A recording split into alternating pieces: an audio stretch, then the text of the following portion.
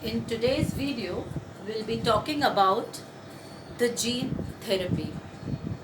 Now, when we are talking of gene therapy, actually, using the biotechnology, it is actually, we are talking the use of recombinant technology, that is rDNA technology,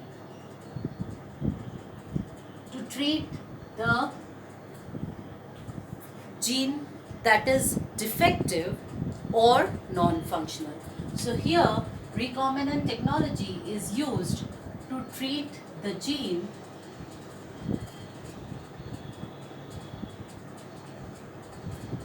which is either non-functional or is not working efficiently enough. So we use this technology over here. Now, the basic process, if we talk, it is actually the insertion of normal gene. Using the recombinant technology, we'll be inserting the normal gene, that is, we are talking of which we obtained by recombinant technology, and inserting it into the genome of patient. Genome of the patient. And here we are using rDNA technology. Insertion. So now, as a result of the insertion of normal gene into the genome of the patient, the gene will start functioning normally. Now, the first gene therapy was given in 1990. The first gene therapy which was given to a 4-year-old girl was in 1990, and it was for ADA syndrome, that is, we are talking of adenosine deaminase deficiency. Adenosine deaminase deficiency. Now, this deficiency actually is caused by a gene due to the mutation in the ADA gene, and this ADA gene, this is caused by mutation in ADA gene, and this gene is located on chromosome number 20. It is on chromosome 20. This ADA gene is found throughout the body, but it is more specifically located in the white blood cells or lymphocytes. And these lymphocytes, because this affects the lymphocyte, it is found in lymphocytes. So if lymphocytes are affected, that means the immunity of a person gets affected. So this gene, ADA gene, which is located on chromosome 20, is responsible for the production of an enzyme. It produces enzyme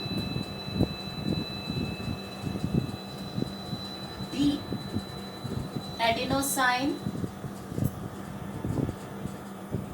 deaminase, and this enzyme is found everywhere and it helps in immunity. So, and specifically it is found in lymphocytes as told. So, if in any case any mutation or any change in the ADA gene, it will cause or it will affect the production of enzyme adenosine deaminase, which will affect the immunity. So in case of person who are suffering from ADA, that is adenosine deaminase deficiency, this gene undergoes mutation. Now ADA therefore is an inherited condition. Since it is taking place in a gene, ADA is an inherited condition, and it is an inherited condition. Also, immunity is highly affected. The main problem with these patients is that their immunity level is highly affected, and as a result, the patients are unable to fight any kind of infection, and they show symptoms like pneumonia, chronic diarrhea, and also the children, those who are affected by this disease, do not show proper growth.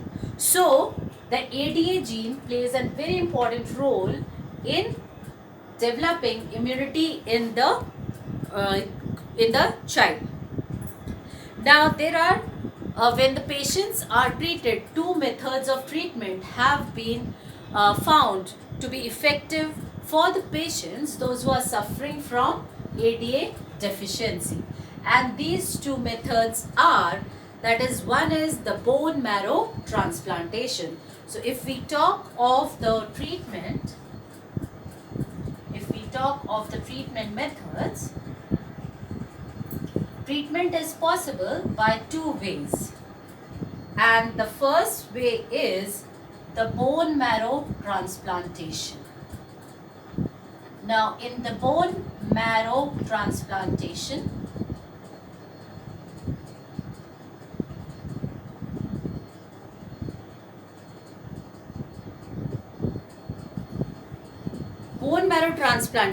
in this, the gene is isolated from the marrow cells, because marrow cells produce the lymphocytes. Bone marrow cells produce the lymphocytes. So the gene is taken from there, which is capable of producing ADA, that is the enzyme which is required for immunity, and is then introduced into the cells. So thereby we are changing the genome and bringing about the desired change. The second is the enzyme replaced therapy. So the second method of treatment is enzyme replacement therapy.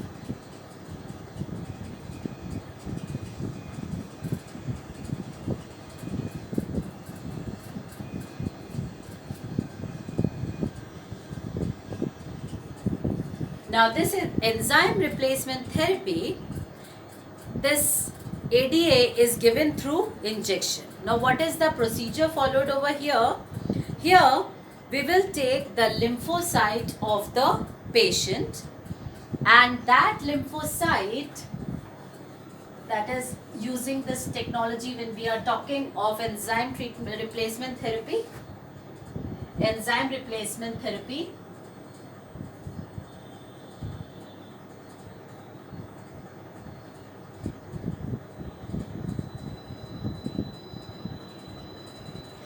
In this method, we take the lymphocyte and lymphocyte of patient is taken. It is cultured. Obviously, the culturing happens within a strict sterile medium, and it is cultured outside the body. Then over here to this culture, we will add functional DNA. That is, we will add functional ADA through retrovirus.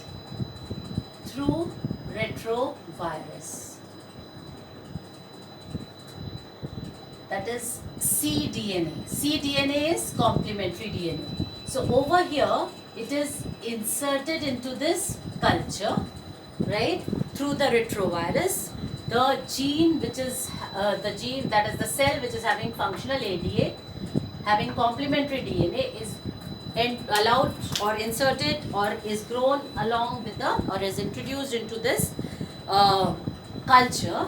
As a result of this, we have recombinant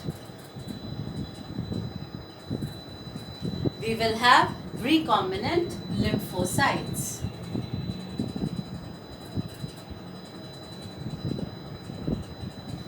cDNA is complementary, so it will go along with the genome of the patient, and this recombinant lymphocyte is then introduced to patient. Now, since the recombinant lymphocyte is capable of producing the enzyme adenosine deaminase, it will bring about, or it will help in improvising the immunity. However, this enzyme replacement therapy has two disadvantages. The first disadvantage is that the treatment is temporary and the patients require periodic infusions. It is because the lymphocytes are genetically engineered and the lifespan of lymphocyte is short. So once those lymphocytes, which are recombinant ones, once they die, they become non-functional. So therefore, again the process has to be repeated so as to introduce the recombinant lymphocytes. The bone marrow transplantation is a more permanent cure because over here the cells once introduced are capable of multiplying and then producing the enzyme which is required to develop the immunity. So we find the biotechnology coming into help or for the gene therapy, that is the use of the rDNA technology to correct the gene defect in child or embryo. Now the gene therapy has to be it has to be given in early stages to bring about desired results.